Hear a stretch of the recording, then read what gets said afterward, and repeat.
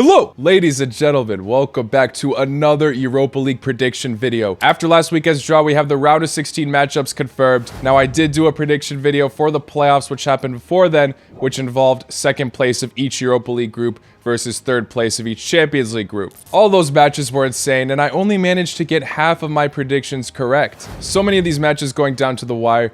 Two fixtures that I got wrong also went to penalties. It is what it is. Happy for all the teams that did manage to go through, as all these round of 16 fixtures are incredible. And just like the last prediction video, I'll be heading over to the Pooky website to submit my predictions. Make sure you send over your predictions onto Pooky as well. As I've stated before, the game has been in their free-to-play stage, and if you get scorelines correct, you will receive Magic currency along with Pooky balls. Pooky balls essentially give you different types of boosts that will affect your scorelines for each prediction. Starting today though, there will be a massive Genesis Pooky ball sale where you can trade and purchase the rarest Pooky balls. Owning these rare Pooky balls will allow you to play and challenge for those weekly rewards as always, with the higher advantage. I'll be getting an epic ball for myself to complete the $2,500 weekly prize pools. Once you own the Pooky ball, you can't lose it. You can level it and make it more powerful the more you play and predict. There were only 1,000 at launch, and the amount is only going down. So make sure you click the link in the description below to take advantage while supplies last. But let's get into the first match listed on Pooky. Roma versus Real Sociedad. Roma were the side to be in the playoffs in the last round, while Real Sociedad got a pass from that since they got first place in their Europa League group. Roma's fixture in the playoffs was against Salzburg. That match was cut very close, but that's nothing to be ashamed of. RB Salzburg are actually a very solid side with a lot of upcoming youngsters.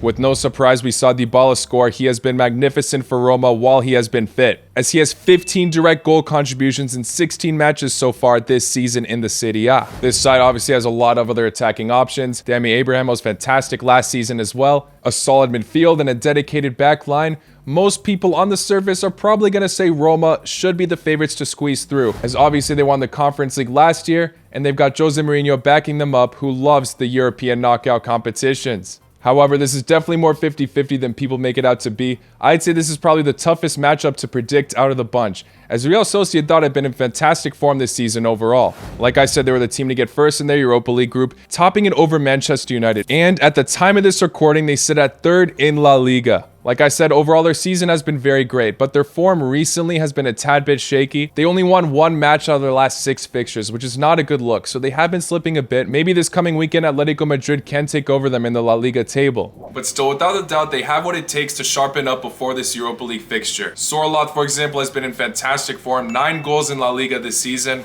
Mendes has also been fantastic, and Kubo is actually having a very solid loan spell. Unfortunately, they might be missing some key players who have unknown return injury dates, such as David Silva, but they still have a solid midfield foundation, obviously a different position, but Zubimendi has been fantastic. Very much not an easy one to call, like I said, but if I have to pick one winner, I think it's going to be Roma to advance to the quarterfinals. I don't think it's going to be easy for them though, and I think it's going to be extremely narrow. I'll say in the first leg, Roma grab a 1-0 win at home, and in the second, it finishes 0-0. So it'll just be 1-0 on aggregate, which would be wild. I know many people are expecting a lot more goals, especially since the Europa League, but Roma did cut it very close against Salzburg, and Real Sociedad did have a few matches that were very narrow that didn't go their way. Could obviously age terribly with a 5-4 aggregate or something like that, but I'll stick with this and Roma to advance. But won't be surprised if I'm wrong. Let's move on now to probably one of the more underrated fixtures out of the bunch, Leverkusen versus Ferencvaros. Leverkusen gave us a thriller match against Monaco in the playoffs. As we saw, it went to penalties.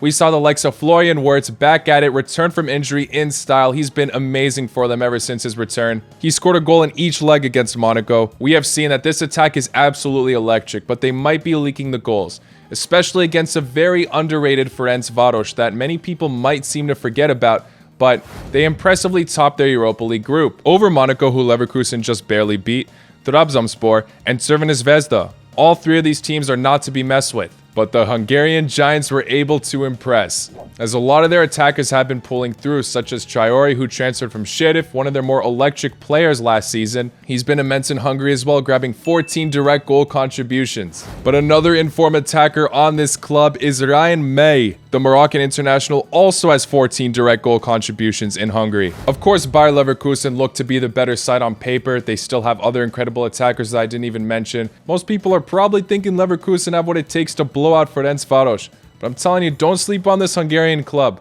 I think Leverkusen will advance as well, but I think it will be very close, almost as close as that Monaco match in the playoffs. Unlike the Roma versus Real Sociedad match, I'm going for a high-scoring affair here. In the first leg, I will say Leverkusen are able to grab a 3-2 win. Then in the second leg in Budapest, Ferencvaros put off a good fight. It finishes in a 2-2 draw, but it's not enough. Bayer Leverkusen advanced 5-4 on aggregate. What an exciting fixture that would be, and it would be amazing to see them have a deep run in Europa League after that. As if this were to be true, that's two close encounters. Xabi Alonso making this side a bit nerve-wracking, but also at times seems to get the best out of the attack. Can't wait to see what happens, and good luck to both of these clubs. Now moving on to Union Berlin versus Union St. Galois. These sides were in the same Europa League group. St. Galois were able to top Union Berlin in pretty solid fashion, but the momentum Union Berlin have been building throughout this season is just next level. They convincingly knocked out Ajax in the playoffs, and as we all know, Ajax love their European competition, so that's a massive win, as Union Berlin were only promoted to the Bundesliga in 2019. And now, although they did just lose to Bayern, which makes it look that they are not as much in the title race anymore, they still sit at third in the Bundesliga at the time of this recording. An incredible side where every player seems to contribute evenly. Union St. Galois, another side where many of the players are contributing evenly. One player in particular who has impressed me though is Teddy Teuma, who has gotten 7 goals as a central midfielder and 8 assists. Their top goal scorer, though, Dante Van Zier, has just transferred to New York Red Bulls. Regardless, the Belgium club sits at second in their domestic league. Tough one to call, but I'm gonna have to say Union Berlin seem like the better side to bank on here. And in fact, I think they can do it over both legs. I'll say in the first one, they grab a 2-0 win, and in the second, they grab a 2-1 away win. That would make the aggregate scoreline 4-1.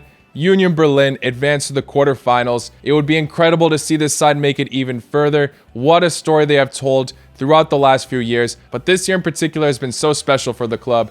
So I hope the best for them. Now moving on to Sporting versus Arsenal. Arsenal, you could argue, are one of the favorites in this Europa League competition, as at the moment they sit at first in the Premier League, with Arteta really getting the best out of this side. Despite Gabriel Jesus' injury, the attack has still very much been pulling through. Bukayo Saka, Gabriel Martinelli, Martin Odegaard have all been phenomenal. Many other players to go on about, but you can really tell the passion is absolutely there for this club. And it seems kind of weird to see them slipping this early on in the Europa League. And Sporting don't look like the favorites in this, but they do have many reasons to be confident as they just beat Midtjylland in the second fixture of their playoff match 4-0. Of course, there are already some doubts now with Pedro Porro going to Tottenham, but the squad's still looking pretty complete.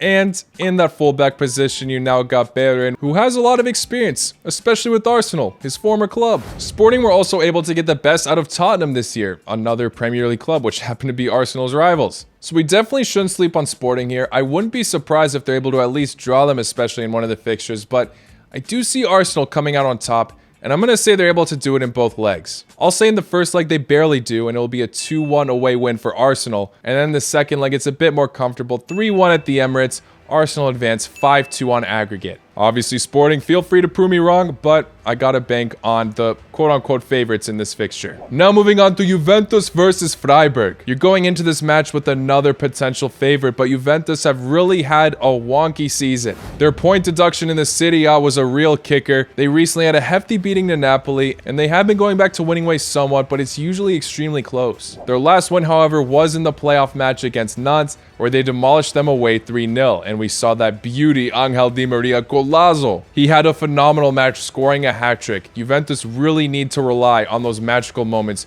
if they want to pull through against Freiburg. This side is not to mess with as they sit at 5th currently in the Bundesliga, not far off whatsoever from the top 4. This side can be very back and forth. Sometimes their defense looks to be extremely well organized, but then at times they leak loads of goals. Usually when they come up against a more well-known team that's better on paper like Dortmund or Bayern Munich, even Wolfsburg, this side does crumble. However, this attack, they can take advantage of Juventus on the counter, as we've seen Nantes do in the first leg against them. Grifo has been in fantastic form, 12 goals in the Bundesliga this season. But still, I do think we're starting to see the attack from Juventus really click once again. We're going to need to see those magic moments from Angel Di Maria, of course, but the likes of Dusan Vlahovic can still pull through. Chiesa. As long as this side remains confident and organized, I think they can do the job against Freiburg. I could very much be wrong on this, and I won't be surprised if I'm will, but I am going to say it's a tad bit narrow though. We do see a little bit of Juventus scare. Juventus win the first leg 2-1 at home, and then in the second leg, they get an away 1-0 win. So they do win in both legs. It's just a bit more narrow to their liking, but they still advance to the quarterfinals. Juventus will definitely be taking this match seriously, as they need to, as that point deduction really harmed them and their chances to qualify for the Champions League next season. So their only real shot at doing so is winning this competition. Now taking a look at Shakhtar versus Feyenoord. Shakhtar, despite slipping at moments against Rennes, they still pulled through on penalties to this round. Really impressive fighting spirit, of course, but I'm sorry, Danilo Sikan really has some work to do. Sikan fails to be clinical at moments, but he still has 6 goals in the Ukrainian league this season. Regardless, though, this side is still capable of excelling without the electric flair of Mudryk. We've seen the fighting spirit from this squad since the Champions League. Despite them finishing 3rd, they had a really incredible defensive display, even against the likes of Real Madrid. So, of course, you can't count this side, but Feyenoord do worry me for this competition. We saw this side make it all the way to the Conference League final. Yes, they had a revamp in the squad, but they still have been pulling through. First in the Europa League group, at the moment first in the Eredivisie. Many of their matches go their way at a high-scoring fashion as well. So I do see them scoring a decent amount against Shakhtar. Polish youngster Szymanski is also expected to return around this time when this fixture is set to be played in the first leg. But even then, Brazilian Danilo, Kokcu, Santiago Jimenez have all been killing it. We've also seen a revival of Jahanbakhsh, who's really been stepping it up in the most recent matches. What an exciting squad. I think they're able to pull through against Shakhtar, to be honest. I know I got the Shakhtar prediction wrong last time, and I easily could again. This Ukrainian club clearly has a fighting spirit, regardless of a few inconsistencies here and there. But Feyenoord at the moment look like the more convincing team to bank on. I will say that in the first leg, Shakhtar are able to get a 2-1 win, but Feyenoord get a 3-1 win at their home ground, which makes the aggregate 3-4. Feyenoord advance to the quarterfinals. Now moving on to Manchester United versus Real Betis. Manchester United have been in incredible form. I knew the Tagal takeover would be impressive this season for sure. I did doubt them against Barcelona, but that matchup was clearly a coin toss. Both of those sides have been in incredible form. You had to pick one. I made the mistake by going for Barcelona. Clearly, Xavi does not know how to handle the pressure in European tournaments. You love to see Marcus Rashford absolutely regain his form. 14 goals in the Premier League this season.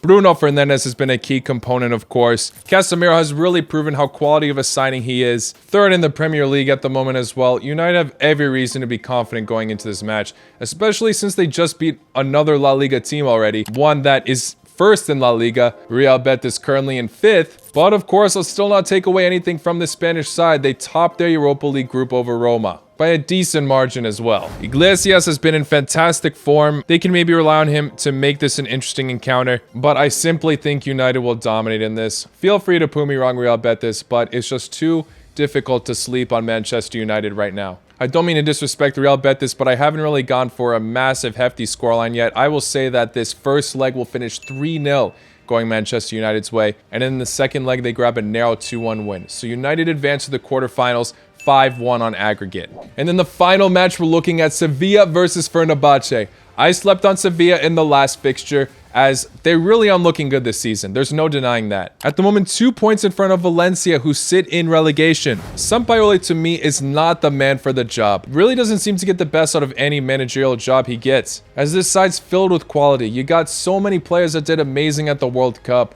But with that all being said, I banked on PSV to win in the last fixture, and although PSV were able to win in the second leg 2-0, Sevilla still had the advantage after beating them 3-0 in the first leg. The only thing that really seemed to back Sevilla for that fixture due to their form was just simply the fact that this side loves to do well in the Europa League. This is just their competition. They've simply won it the most, and they know how to handle the knockout pressure. Despite them slipping to PSV, they did the job, of course.